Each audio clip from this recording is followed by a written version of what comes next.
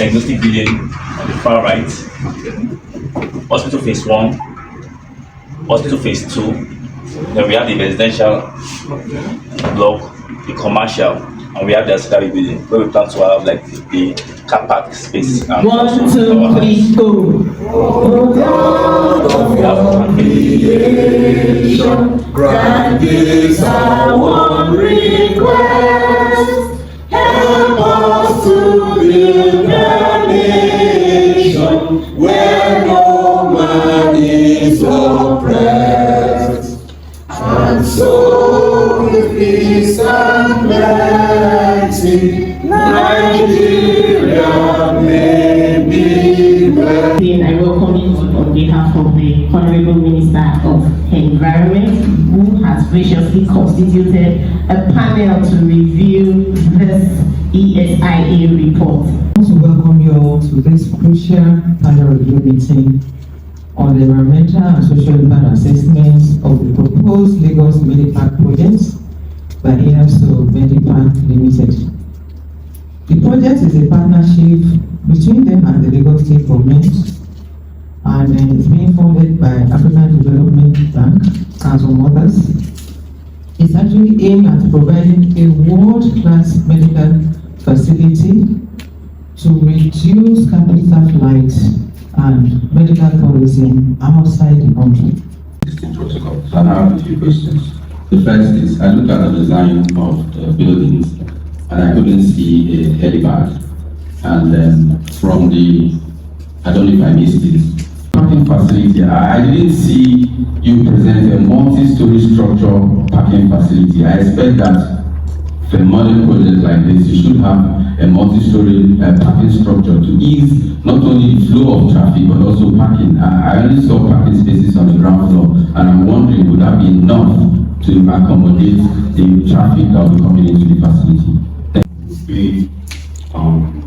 What's the cost implication of this and in regards to comparing it with the normal healthcare costs that we get, like comparing it with like a military hospital and getting medical services here? What would be like the difference? Is this something that would be pretty much affordable and all that?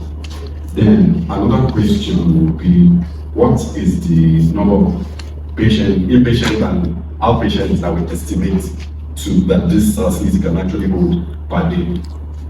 Then another question will be,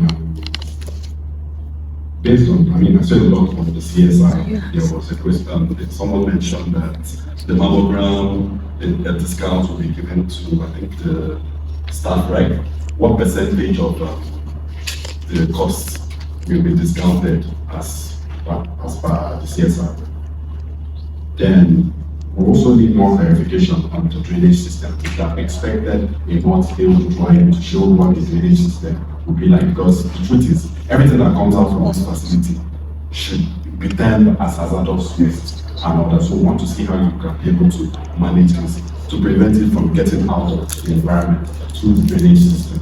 The lady that presented the EIA she said if all these measures are put in place, it will help to reduce the nuisance. So I just want to implore us that during the construction, let all the measures listed. It is good to have them listed, but it is better when they are implemented. You will see that we have residential areas, quarters around the construction sites. It would be fair on them to be exposed to dust, noise, and their movement being hindered during the emission. We can't re-emphasize on, if you are using gas, is there an existing pipeline? I know that some, I don't know if there is any nearby gas point where that they can easily tie in. So it's good for you to find out, maybe you contact GasLink or whoever, so that you can. Have you considered building a bunker to protect the staff, patients from external threats? Have you considered that? Is there going to be any canteen? Because it was not mentioned immediately. Was it mentioned? Emphasize on that area of fighting equipment. I think it will have the architect and the engineer. You can have what you call reserve tank for firefighting. All the rainwater that you get, unused water that has been cleaned, can go into this reserve tank. I think the first one that's interesting is the helipad. That's quite, MediPark, we know, we all watch medical series and how that is very important. There is going to actually be a helipad in the phase 2 because phase 2 is taller. So you're going to really put it in the phase 1. And the piling for the phase 2 when it commences will ensure that it's strong enough to take a helipad. But even be that as it may, because we have a lot of space in the middle of the site, a helicopter could actually land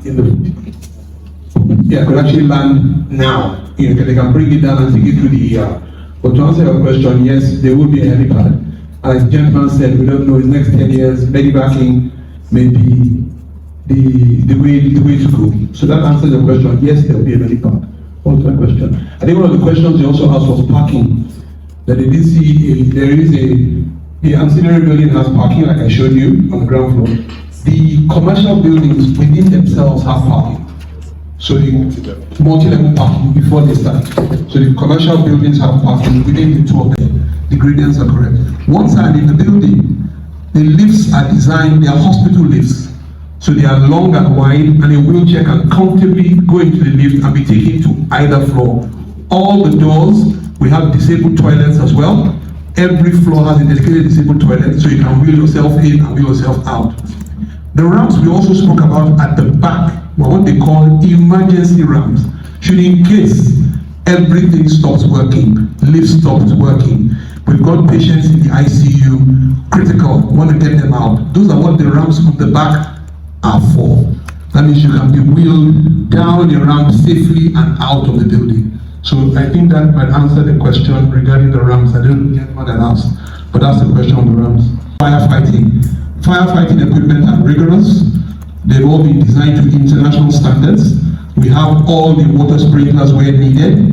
We have the pressurization staircases. So all the staircases are pressurized. What that means is if you're trying to escape, once the door shuts, you're not going to get fire ingress moving to another side. We have what we call a wet and dry riser. Yes, sir. Yes, sir. Underground, under the building, we have a water reservoir dedicated to firefighting. So if, for example, the firefighting company came from Awolowo Road, they will come with their own water, and that water will be attached to what we call a dry riser.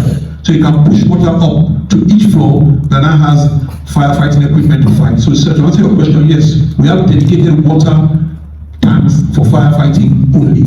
Those ones are clear. And the final question is that all of us on this team are current registered, ACON registered, NIA registered, and everything is done to the standards of Nigeria.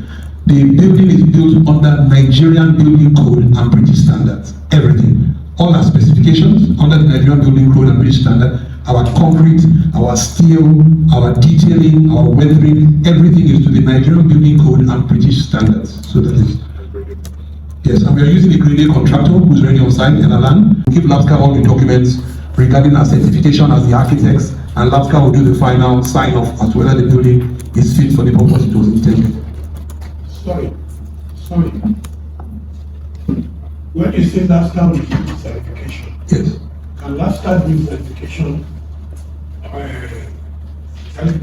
on every item in the building? For any casting that is done on site, there's this form that LABSCA gives the contractor where the architect signs, the structural engineer signs, the M&E signs. So there's every casting that is done on site, there's stage certification that's required to be signed and approved. Certification from the LABSCA. What about certification from ACON to NIA? Because these are the certification that we need. Please. Certification of that, everything you do on that building must be through the ACON, Nigeria Institute of Architects, and also correct through the Nigerian Society of Engineers. So I don't know when you are talking of certification of the building. These are these people to do it. I don't know how you set up strategies. For any building which comes up in Lagos, the process has to go and be certified through Lagos State Building Control Agency, LabScan. Sorry, we were not saying lab staff. No, LabScan. Every drawing which goes in for approval must be stamped and sealed by a registered member of the NIA, Nigerian Institute of Architects, and COREN. That's the engineering drawings. Those drawings land up to the Lagos State Building Control and Physical Planning authorities. They must certify that the people who have stamped and sealed these drawings are members of these organizations you've spoken to, paid or licensed, and then they give their approvals to go and build. A current registered engineer, he has detailed all the drawings, he has signed, sealed the drawings with his seal. I am a registered architect with ACON and NIA. He's a registered architect with ACON and NIA. We have signed, sealed all the drawings with our stamps and our seal. And that is the authority that gives us, and they come periodically to check on the site and make sure that we are all registered. Thank you, sir. I'll be taking the questions as the proponent. So there's a question on what the normal cost of care will be. I think as a tertiary hospital, a tertiary private hospital, the care is going to be determined by what is needed. And to be competitive and one that allows sustainability of the business. As far as the volumes, phase 1 is a 60-bed hospital. Occupancy typically is 80%, length of stay is usually 3. So inpatients, we can do up to 5,000 inpatients a month just based on those metrics. Outpatients, they come and go, you can see 10,000, 15,000 patients a month depending on the clinics, but those are the volumes that we're expecting to ramp up to based on the beds and the clinic spaces that we have designed for. What's the procedure for evacuation of facility in an emergency? So as we do with any of our other hospitals, we have exits, part of the design, and we have fire drills, we have a muster point. So and a ramp, obviously. So we basically drill the ways that we exit and the priorities in which we exit or empty the building in the event of a fire. So we use our established fire standard operating procedures, and we will drill them once operational. For the STP, once operational, how do we monitor? We work with Lagos State. Once you have your STP installed, they have to come, they have to certify, and periodically they check your effluent. It's lab tested to make sure it's compliant. That's what we currently do at our other hospitals, and will be consistent in that practice moving forward. The 20% indigent patient allowance from Lagos State. Lagos State has asked to review that figure, and we will have to follow their lead there. And they will let us know what they're comfortable with, and we are obviously always prepared to serve those people. As an organization, we have a registered foundation through which obviously people from the community can access care through the benefactors that donate to the foundation. The timeline, phase 1 is expected to be an 18-month construction, followed by phase 2 in 12 months. That's what we have. So you have external security, you have security doors, and you have marshals on the floor, and that's how we protect those in our custody if, God forbid, we have to encounter external threats. Source of our equipment. As I shared during my presentation, JNCI is a key partner for us. Through them, we are getting our equipment. Our nation is not yet where we manufacture medical equipment, so we'll be importing from various parts of the world where we can get effective, best priced equipment that can be serviced for longevity post-operation. And I believe I've addressed the IASO specific questions, so I'll pass the mic on to our engineering team. Thank you very much. Statistical data have to be precise and accurate. Let me quote unquote, with over 2,300 health facilities. Over 2,300, can be precise. Quote, Lagos State has approximately 1,862 healthcare facilities. Approximately. No, you should know.